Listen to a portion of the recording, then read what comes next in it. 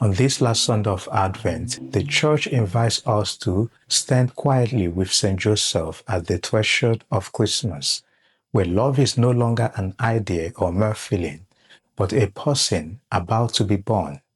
The readings today reveal that Jesus is the Father's greatest love for us, which He offers freely and humbly, and we are to welcome with obedience and faith like St. Joseph. In the Gospel from Matthew, Joseph is introduced as a righteous man whose righteousness is not blind obedience to the law, but a heart formed by love. We see it in his response to Mary's mysterious pregnancy, in that he chose mercy over condemnation or exposure to the wrath of law. His action tells us that love always seeks to protect and heal, not to expose and harm.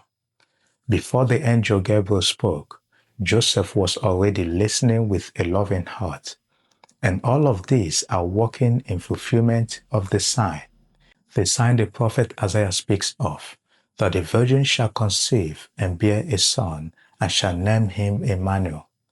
The sign points to a love that is entirely God's initiative of dwelling among His people and entering their humanity in order to redeem it. Which reminds us that salvation is not engineered by human strength, philosophies, and institutions, but born from divine love. Joseph understands this truth, and his humility allows him to accept a plan he did not design and could not fully understand. His attitude ties very well to the sign itself: quiet, hidden, and totally dependent on God. When the angel tells Joseph, "Do not be afraid," he responds with obedience. He does not argue, delay, or demand clarity. He stood and did as the Lord commands, and that is courageous love. Love that acts even when the future is uncertain. So Joseph teaches us that faith is not having all the answers, but trusting the one who calls us to himself. St. Paul, writing to the Romans, reminds us that this child is the Son of God, a descendant of David, yet revealed in power through love. And this love is not something he rises to, but who he is.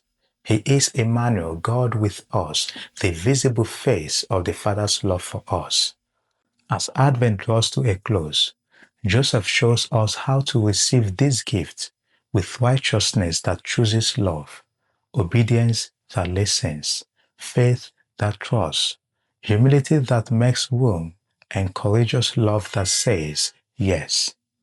Every sign God gives leads us to Jesus, the Father's love made flesh, who comes to dwell among us on Christmas.